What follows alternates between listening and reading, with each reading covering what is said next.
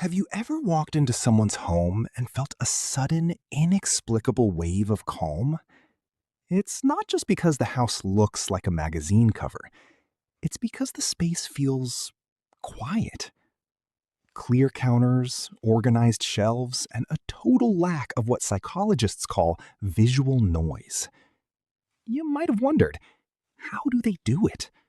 Are they just more disciplined than you? Actually, the research shows it has almost nothing to do with willpower. Clutter is not neutral. Your home is constantly communicating with your nervous system. It's a reflection of your internal state. And today, we're looking at the neurobiology and psychology of the clean home person. First, we have to talk about cognitive load. This is the total amount of mental effort your brain uses at any given moment.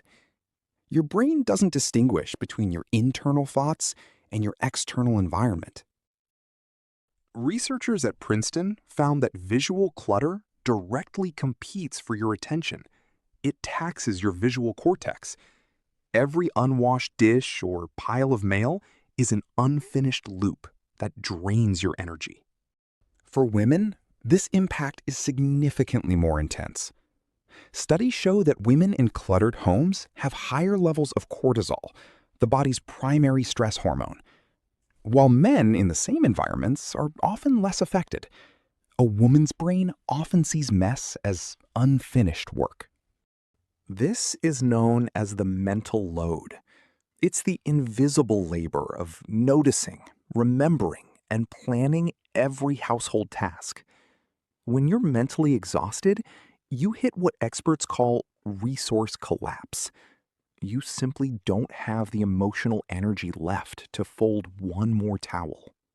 But then there's that other group, the people who keep their homes clean consistently, even when life is falling apart. What makes them different? The answer lies in the big 5 personality traits, specifically conscientiousness. Conscientiousness has 3 main facets: goal-striving, carefulness, and orderliness. To a highly conscientious person, order isn't a chore. It's a functional obligation. They think before they act. They delay gratification. But most importantly, they see themselves as organized people. Behavioral psychology tells us we always act in alignment with the identity we hold about ourselves. If you tell yourself, "I'm just a messy person," your brain will find evidence to prove you right. But every time a clean home person puts a dish away immediately, they're casting a vote for a specific identity. For many, cleaning is also a strategy for regulation. When the world feels chaotic, the economy, your boss, the traffic, you can't control much, but you can control the kitchen counter. Cleaning restores a sense of agency and triggers a completion loop that releases dopamine. This prevents the broken window effect. The theory states that one unrepaired window signals that no one is paying attention. Soon, more windows are broken. Your home works the same way. One dirty plate in the sink makes it psychologically easier to add a second. However, there is a dark side to this. There is a massive difference between cleaning for care and cleaning for control. Some use a spotless home as a mask to hide internal destruction or as a response to past trauma. If you feel intense anxiety when one thing is out of place, that's not health.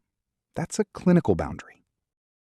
Healthy cleaning is emotional intelligence applied to the everyday.